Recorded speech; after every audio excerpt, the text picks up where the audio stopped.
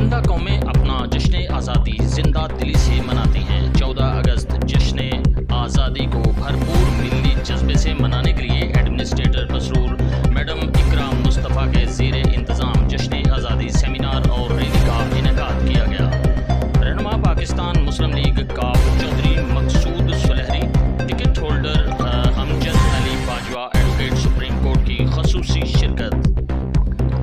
جشن آزادی سیمینار اور ریلی کا مقصد شہریوں کے ساتھ آزادی کی خوشیوں میں شریک ہونا اور وطن عزیز کی عزت، حرمت، سلامتی اور ترقی و خوشحالی کے لیے کسی قسم کی قربانی سے دریغ نہ کرنے کا عزم کا اعادہ کرنا ہے۔